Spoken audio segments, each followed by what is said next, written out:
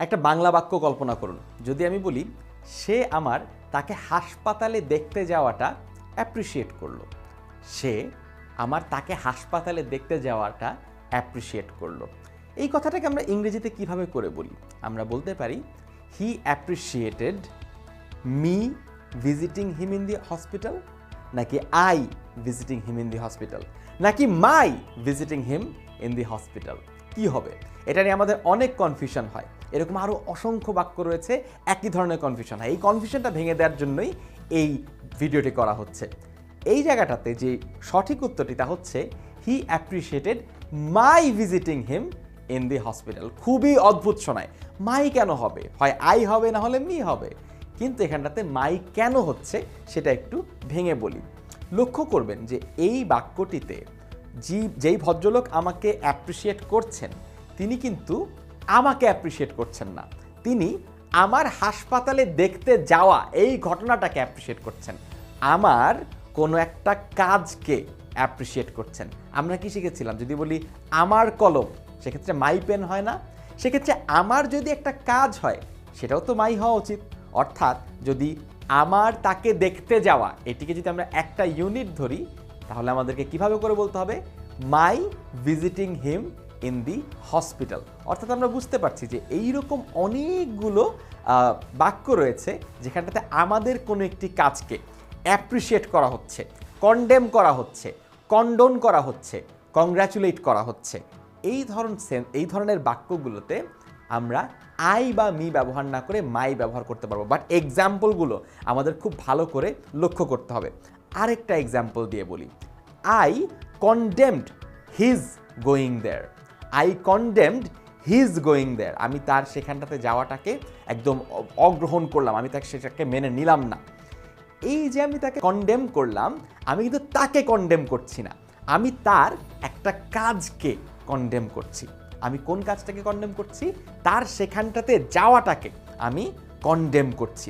অর্থাৎ এখানটাতেও আমি কিন্তু বলতে পারবো না আই কন্ডেমড হিম গোয়িং দেয়ার।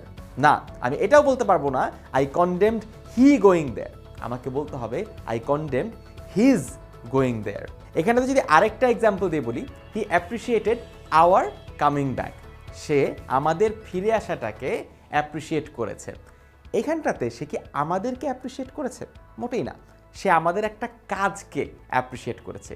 এবং এই কারণটাতেই আমরা পজেসিভ অ্যাডজেক্টিভটা ব্যবহার করছি। আপনি তিনটি এক্সাম্পলেই খেয়াল করবেন।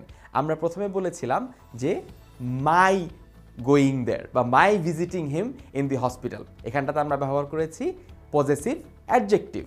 আবার তারপরে আমরা ব্যবহার করেছি হিজ গোয়িং দেয়ার, সেখানটাতে আমরা ব্যবহার করেছি পজেসিভ অ্যাডজেক্টিভ। এবং লাস্টলি আমরা বলেছি আওয়ার কামিং ব্যাক, সেখানটাতে আমরা ব্যবহার করেছি পজেসিভ অ্যাডজেক্টিভ।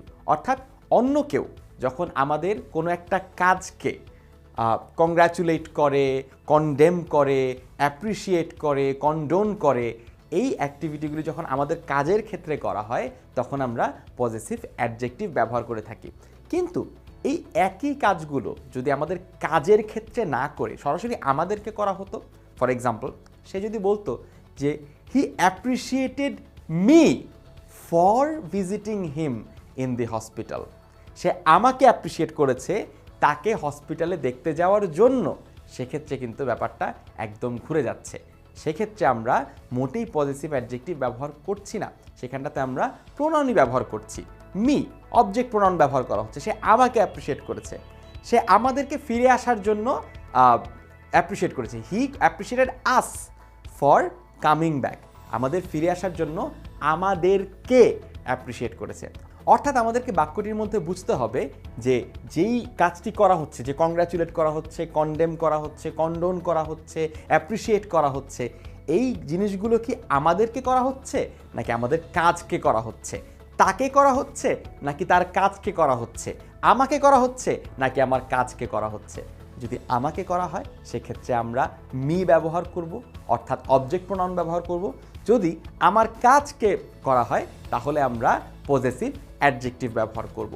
একইভাবে যদি আমাদেরকে করা হয় তাহলে আমরা আজ ব্যবহার করব, অর্থাৎ অবজেক্ট প্রোনাউন ব্যবহার করব। আর যদি আমাদের কাজকে করা হয় তাহলে আমরা ব্যবহার করব অর্থাৎ পজেসিভ অ্যাডজেক্টিভ ব্যবহার করব। একটু জটিল মনে হতে পারে, এক্সাম্পলসগুলো যদি একটু থরলি ফলো করি, যদি একটু প্র্যাকটিস করি, তাহলে ব্যাপারটা একদম সহজ হয়ে যাবে। All the best.